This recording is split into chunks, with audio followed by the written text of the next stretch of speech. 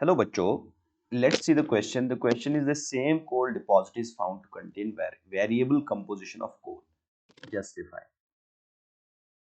So बच्चों question में पूछा गया है कि एक ही तरह जब एक ही कोल डिपॉजिट होता है, जो एक ही कोल डिपॉजिट होता है उसमें जो कोल होता है उसकी वेरिएबल कंपोजिशन होती है। इस चीज को हमें जस्टिफाई करना है। तो let's see the key concept.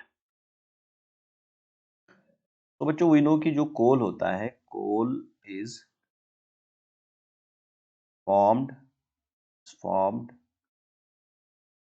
let's write it more clearly. It is, so coal जो होता है it is formed by the decomposition of organic matter, ठीक है, that is basically provided by dead animals and plants. तो जब ये decomposition होती है तो जितनी डिकम्पोजिशन ज्यादा होगी उतना उतना कोल में कार्बन का कंटेंट ज्यादा होगा। तो we can write more the decomposition,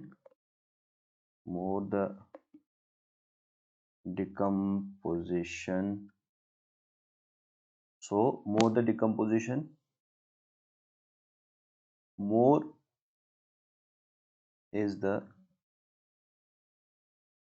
carbon content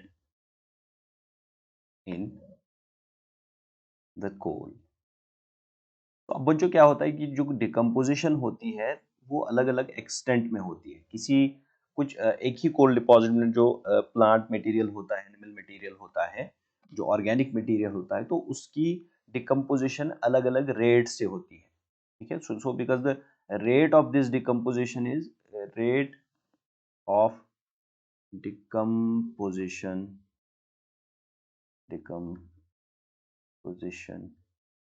और रादर रेट से ज्यादा बेटर वर्ड यहाँ पे यूज करेंगे the extent of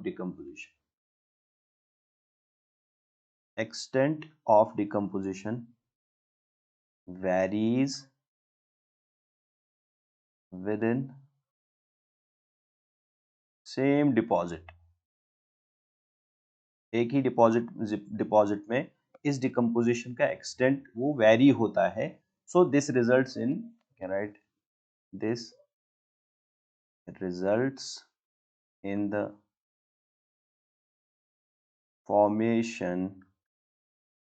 the formation of coal with variable carbon content. ठीक है, सो दैट इज वाई कि हमें अलग अलग तरह के कोल के जो टाइप्स हैं वो मिलते हैं। तो कोल जो है कोई टाइप इसका ऐसा है जिसमें कंटेंट कम होता है। ठीक है, कोल के टाइप्स में इसका जो कार्बन का कंटेंट होता है ज्यादा होता है और कुछ में कम होता है।